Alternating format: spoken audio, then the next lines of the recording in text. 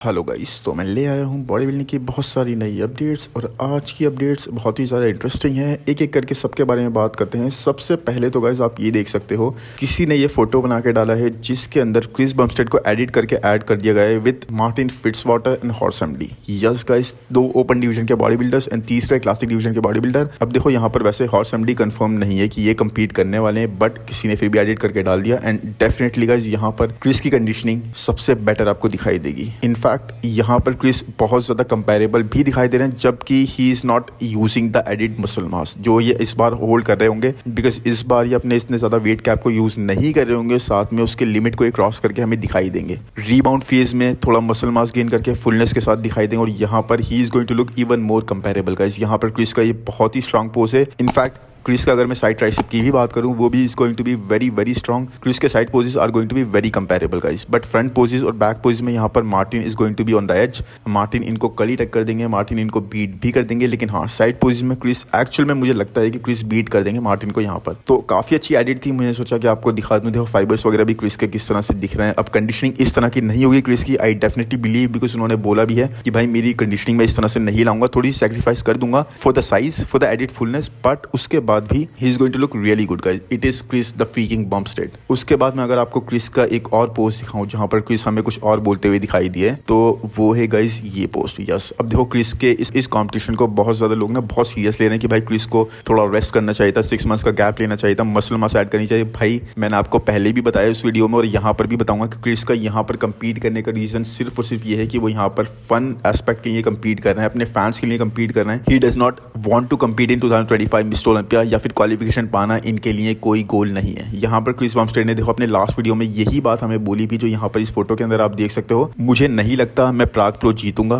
मैं just open division के बंदों को कुछ मेहनत करने के लिए मोटिवेट करना चाहता हूँ ताकि उनके लिए थोड़ी चीजें मुश्किल हो जाएं। For the first time last 10 सालों में पहली बार मैं एक शो में कम्पीट करूंगा जहां पर मैं एज अ चैंपियन नहीं जाऊंगा। मतलब इनके दिमाग में ये नहीं होगा कि मैं एक चैंपियन हूँ, मुझे ये टाइटल रिटेन करना है। नहीं गाइस, यहाँ पर ये बिल्कुल फ्री होकर जा रहे हैं, बिल्कुल फन वे में जा रहे हैं, बहुत ही ज्यादा एंजॉय करने जा रहे हैं शो को, साथ में देखने जा रहे हैं कि कहाँ पर आई कैन स्टैंड। अगर मैं थोड़ा बहुत फुलनेस के साथ आता हूँ, 260-265 पाउंड्स के आसपास आता हूँ, तो कहाँ पर स्टैंड करता हूँ। इसी तरह से सब फैंस को लेना चाहिए गाइस, बिकॉज यही एस्पेक्ट है जो यहाँ पर हमें देखने को मिलने वाला है। जो क्रिस अगर जीत गए, जो कि बहुत कम परसेंटेज ऑफ चांसेस हैं, लेकिन अगर जीत गए it is going to be really good. नहीं जीतते, सेकंड थर्ड आते हैं, that is also going to be really good. जो लोग हमेशा से देखना चाहते थे वो इस बार देखने को मिल जाएगा उनको। एनीवेज, अगर इसके बाद चलने का इस नेक्स्ट अपडेट पर, तो वो है जेहन ऑलराइट की। यस गाइस, अभी अभी इन्होंने एक रीसेंट शो में कम्पीट करा और वहां पर जीतकर क्वालिफाई कर लिया 2025 के मिस्टर ओलंपिया के लिए। देखो लास्ट ईयर आई थिंक, यानी कि 2023 की अगर बात करूं, मिस्टर ओलंपिया में क्लासिक डिवीजन में टॉप 10 में इन्होंने क्रैक कर दिया था। और इस साल ये 11th प्लेस पर आई थिंक एंड अप कर दिया, फिर टॉप 10 आ गए थे, अभी मुझे याद नहीं है इस तरीके से, but he is a very good athlete. Improvements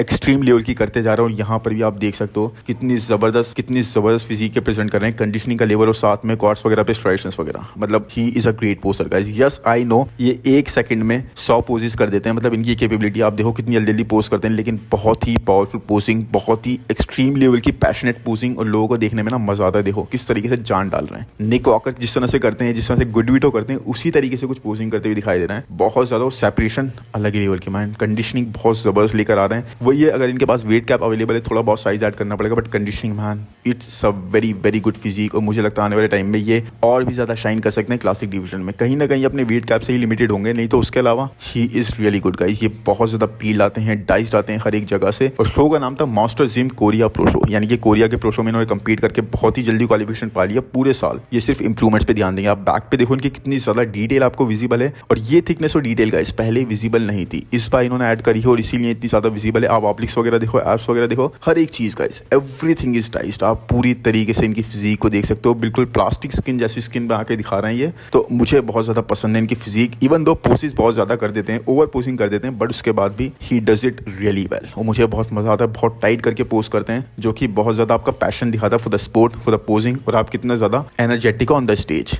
anyways, इसके बाद बात करें गाइस, तो एक बहुत ही ज्यादा इंपॉर्टेंट अपडेट है, और वो है गाइस इस एथलीट की। यस, इनका नाम है बुलात सोलोगुब। यस, मतलब इनका नाम ये है। आई थिंक ईरानियन है ये, मुझे सही तरह कंफर्म नहीं है, अभी इनके बारे में कोई ऐसी इन्फॉर्मेशन नहीं मिली है। लेकिन गाइस इन्होंने अभी अभी एक प्रो शो में कम्पीट करा, वहाँ पे प्रो क्वालिफायर खेला, मतलब प्रो कार्ड के लिए फाइट कर रहे थे और प्रो कार्ड तो जीते।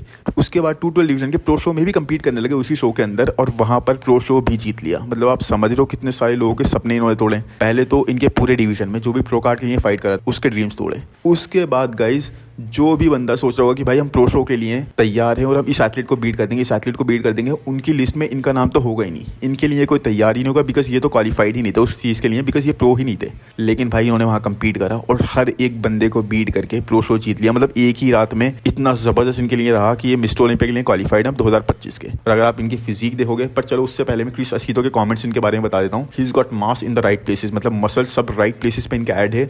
इनके शोल्डर्स, इनके आर्म्स बहुत ज़्यादा बिगर हैं, बहुत ज़्यादा थिकनेस कैरी करते हैं। Extremely good back lat sweat pose है इनका। लेग्स की बात करें, they are also very impressive, इसीलिए 2025 के 212 के मिस्टर ओलंपिया में ये बहुत ज़्यादा अच्छा परफॉर्म करने वाले हैं। अब अगर आप इनकी फिजिक देखोगे गाइस, तो आप भी सच में बहुत ज़्यादा खुश हो जाओगे, बिकॉज इनकी फिजिक बहुत ही ज़्यादा अमेजिंग है guys. He is really good. बहुत ज़्यादा डेंस क्वालिटी मसल्स ही होल्ड करते हुए दिख रहे हैं। मतलब एक भी मसल ऐसा नहीं लग रहा है इनका जो किसी एमेच्योर की फिजिक पे हमें देखने को मिलता है। नोप, हर एक जगह थिकनेस, डेंसिटी भरी पड़ी है। आंस में देखो कितनी ज़्यादा फुलनेस है। Plus he was with a rock hard physique, हर एक जगह स्ट्राइसेंस कंडीशन पूरी प्रॉपरली थी। ग्लूट्स वगैरह देख लो, ग्लूट्स वगैरह देख लो कितने ज़्यादा डाइल्ड इन है। मतलब कहीं से भी ऐसा नहीं लग रहा था कि प्रो कार्ड के लिए लड़ रहे हैं ये, बल्कि he was ready to win the show. और ये सच में बहुत ही सही डिसीजन था कि ये शो जीत गए, because at the amateur level guys इतनी ज़बरदस्त थिकनेस वाली बैग बहुत ही कम लोग लेकर आते हैं। आप डेंसिटी देखो कितनी ज़्यादा मसल्स होल्ड कर रहे हैं, मसल के ऊपर मसल है। उसके बाद भी he is right now at 205 pounds. Yes guys, 205 pounds के है ये, यानी कि अभी भी इनके पास 7 पाउंड्स का वेट गैप बचता है to add muscle, to be bigger, to be stronger. अब देखो लोग कह रहे हैं ये बहुत कंपेटिटिव होंगे 212 डिवीजन में। I definitely believe that. Third place तक के लिए ही कैन बी कंपेटिटिव। मैं ये नहीं बोल रहा कि अभी अपने फर्स्ट टाइम में ही, फर्स्ट अटेम्प्ट में ही, मिस्टर ओलंपिया में अपने डेब्यू में ही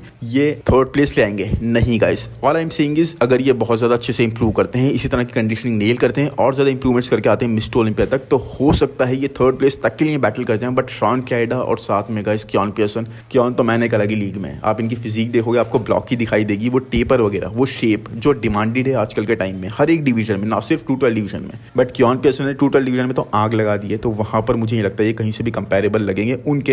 हो सकता है आने वाले टाइम में अपने शेप को ही थोड़ा और इंप्रूव कर लें या जो भी कर लें, but Keone man is going to be unbeatable for years to come. इतने ज़्यादा स्ट्रॉन्ग वो हैं, तो वहाँ पे मुझे ये नहीं लग रहा है। लेकिन हाँ, टॉप 6 के लिए एक बहुत स्ट्रॉन्ग कंटेंडर बन के आएंगे। बहुत ज़बरदस्त फिजिक है गाइस, मज़ा आ गया इनकी फिजिक को देखने में। बहुत ही rock solid, hard, dense muscles जो हमें बहुत ही कम देखने को मिलते हैं। एनीवेज, आप मुझे कमेंट सेक्शन में ज़रूर बताना कि इनकी फिजिक आपको कैसी लगी, इनकी अपडेट आपको कैसी लगी। मुझे तो मज़ा आ गया मैन। ऐसे एथलीट्स आने चाहिए और सच में हर एक साल हमें ऐसे एथलीट्स निकल के आते हुए दिखते हैं जिनके बारे में लोग तैयार ही नहीं होते। बट कहाँ से ऐसी फिजिक्स आ रही हैं, that is just commendable.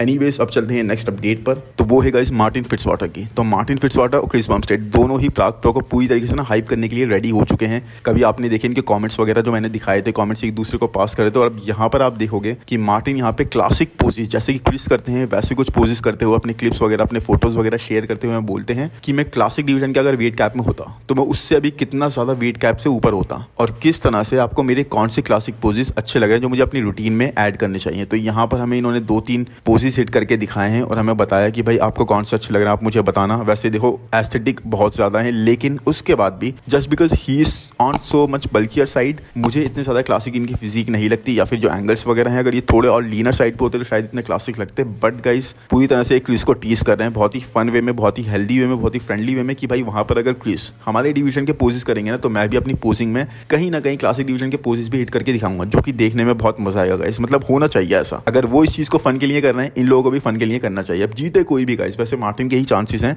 Very strong कि he is going to win. But उसके बाद भी अगर ये नहीं भी जीते, 1% ऐसा हो जाता है गाइस, जो कि बहुत कम प्रोबेबिलिटी है। लेकिन शो में मजा पूरा आना चाहिए। और देखते हैं अब इस शो में इनके अलावा और कौन कूदता है गाइस, बिकॉज शॉन क्लाइडा तो हैं और ये भी हैं। अभी देखो हॉर्स एमडी वगैरह का भी सुनने में आया था, लेकिन अभी कोई कंफर्मेशन नहीं है कि he is also going to compete in that show. So let's see क्या वो अनाउंस करते हैं, क्या रहता है। बट अभी के लिए तो यही है। But Martin is looking really good guys, और शो बहुत ज्यादा मजेदार होगा। एक once in a lifetime वाली चीज हमें देखने को मिलेगी इस शो के द्वारा। एनीवेज, अगर मैं नेक्स्ट अपडेट की बात करूंगा तो वो है रायन टेरी की। और रायन टेरी मैन, आप इससे ज्यादा पील्ड कैसे हो सकते हो, ये तो पूरे मसल से आपके पॉप आउट कर रहे हैं। मतलब देख रहे हो आप, obliques, serratus, abs, crazy man, crazy level of conditioning. मतलब यहाँ पर रायन टेरी अपनी अपडेट के अंदर हमें पोस्ट में कैप्शन में बता भी रहे हैं कि ये आइसो टेंशन राउंड था। मतलब इस चीज़ को मैंने अपने आप को इस तरह से मसल इस तरह से पोस्ट करने के बाद स्क्वीज करके खुद को होल्ड भी करा, और ये चीज़ मैंने लगातार 6 वीक्स तक करी अपने मॉर्निंग के कार्डियो के बाद। यस गाइस, मॉर्निंग कार्डियो के बारे में अपने मसल्स को, अपने एप्स को इस रूटीन में मैंने फॉलो करा और स्क्वीज करके बहुत लंबे टाइम तक होल्ड करा कंसिस्टेंटली।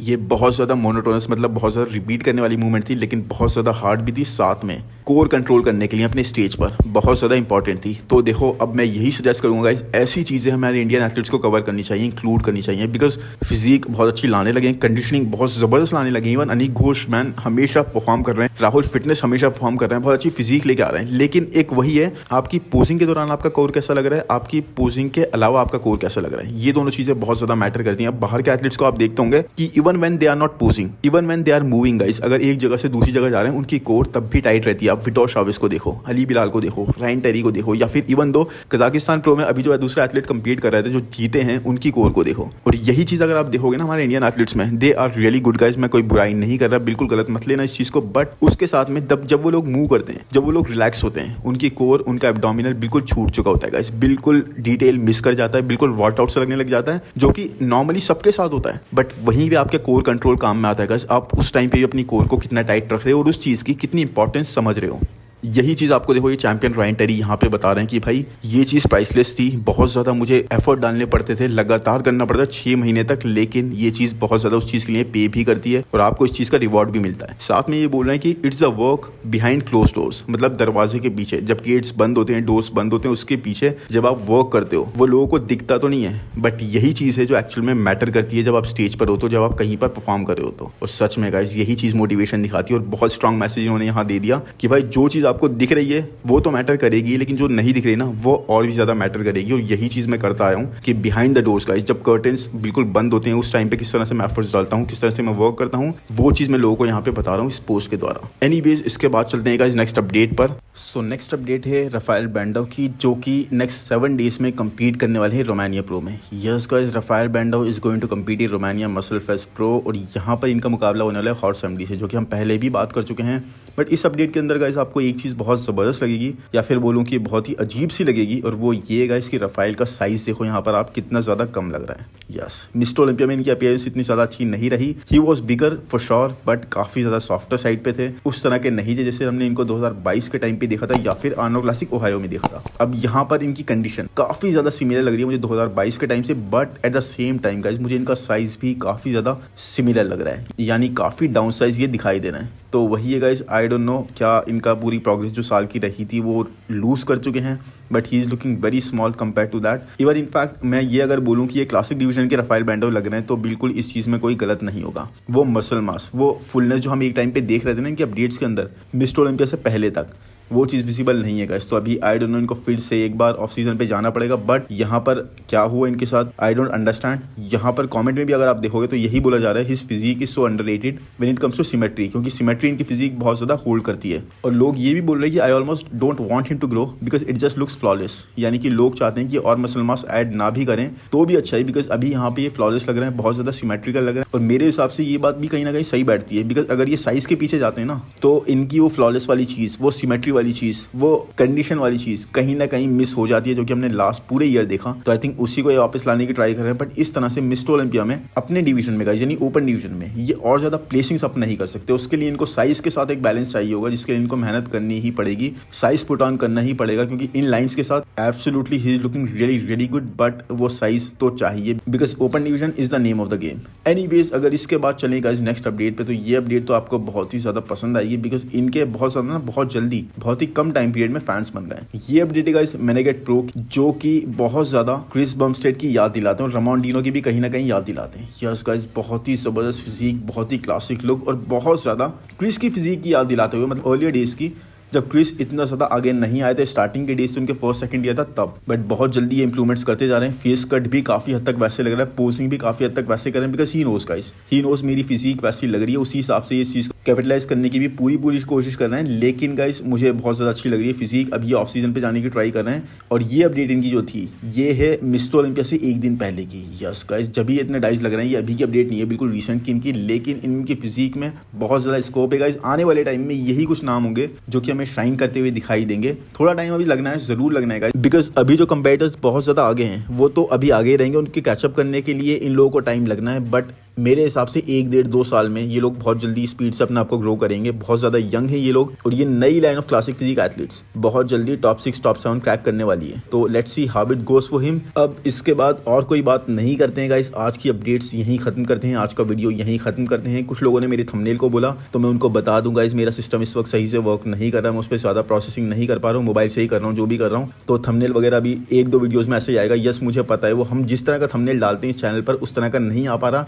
लेकिन अभी वो मैं क्रिएट नहीं कर सकता गाइस। तो I hope you people will understand. But इसके साथ ही गाइस वीडियो यहीं खत्म करते हैं। आई रियली होप वीडियो आपको पसंद आया होगा। पसंद आया है तो प्लीज लाइक कर दो यार, चैनल को सब्सक्राइब कर दो, नोटिफाइल को दबा दो और साथ में गाइस कमेंट सेक्शन में जरूर बताओ कि अपडेट्स कैसी लगी और किसकी अपडेट्स आप मुझे कवर करते हुए देखना चाहते हो, या फिर आपके क्या व्यूज हैं इस वीडियो के बारे में। बाकी मिलते हैं नेक्स्ट वीडियो में। Thank you, bye bye.